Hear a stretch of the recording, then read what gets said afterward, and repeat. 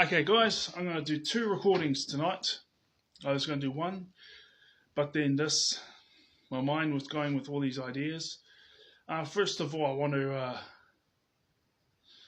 I listened to the recording and then I thought, cool, but then me being me, I re-listened and then I reaffirmed because I had to double check. So I like to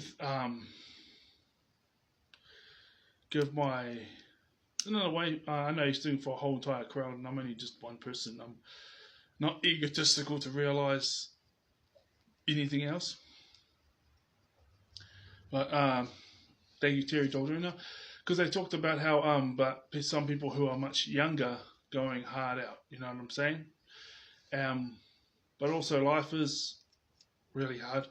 But at the same time, I'm not a sock or a crybaby, and I don't make excuses. I just say what I've been through. So I was always working out, but one of the things that never worked I laugh because I've come to terms with it. It used to really annoy me, but I'm like happy that it doesn't even annoy me. That I've never been Mr. Popular. You know what I'm saying? It doesn't annoy me, and it got to the point where it didn't annoy me when I was in my 20s, but I had to get to the point where I believed that I didn't think it was going to stop me. Like, because I was always putting the effort out, and I was always putting the effort out, I was getting denied, so I thought I had to be like at tip top shape at my very best just to get the same result of everyone else.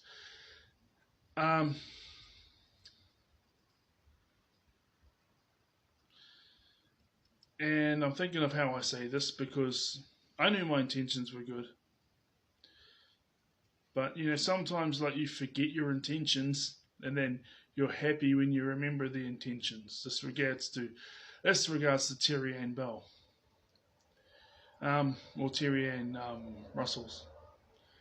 Because my sisters are younger than me, and everything they touched, everything they did, they would either be like initially have people go against them, but then just like me, they would keep persevering, but then after a while, everyone would they would have a whole group supporting them, and I just got shunned all the way through.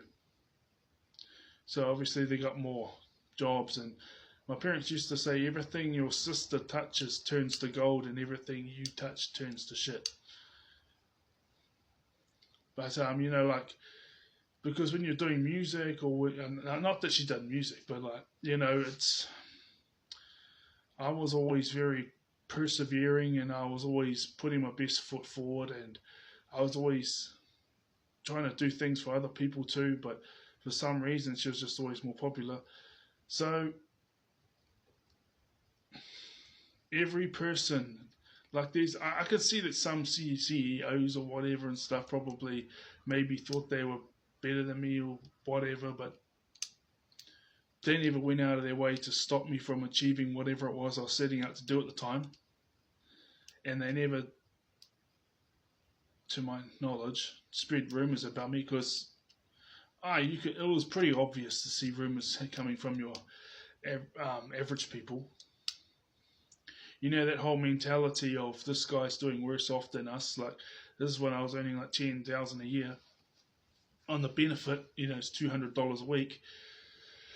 And my happiness, and then they were like, man, and then they try and act all aggressive around me, and it's like they're like, you have an aggressive demeanor, and I'm like, well, I've been doing the gym and stuff since I was like a teenager, but I just didn't believe in putting it online because I never knew I was watching, so I just didn't really care about.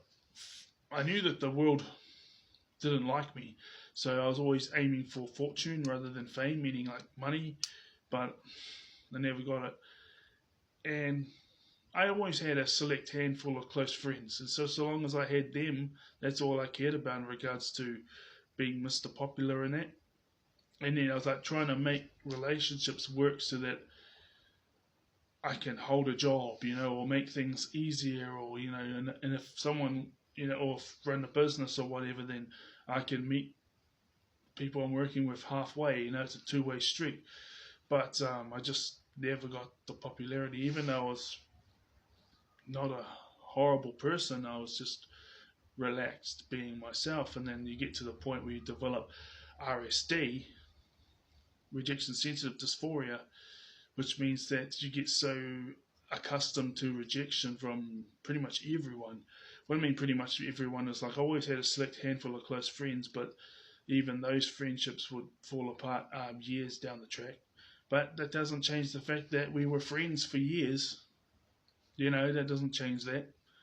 That's not saying that they were fake. It's just sometimes people grow apart. And yeah, my sister, everything she does just turns to go blah blah blah blah blah. I remember doing kapahaka and that, and then when we were in the kapahaka, all these people left, and then we ended up with only 7 people, and I was the leader of it, and we used to do performances at the local regional kapahaka competition back in Hawke's Bay and at high school, and we're doing this, and the group went down from like 30 something to like 7, and I was one of the 7, and I was the leader. And I was always encouraging people to come along, and I was always playing rugby and doing other things like this, and encouraging people to come along, and no one would come along. Then this big betrayal happened, and then the guys who stole computers from the drama suite and pinned it on me said that I was the fault, and of course I called them out, and they didn't like it, so they called me a traitor, typical Pākehā who's traitor to the Māoris, and I was like hurt by that. But I went and joined another kapaka group at our church, and anyway, that group ended up getting 20 or 30 members again and going strong again after I left. I'm like, what the hell?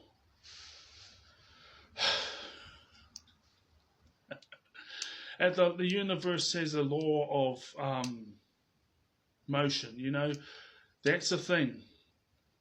Like, when it's hard for people to understand the abuse that you go through, and I'm talking to Terri and Russells and Terri Joel Jr., and how can they understand the abuse that you've been through when they haven't been through it? But then it's also hard to understand someone else's abuse if they have been through things that you haven't been through.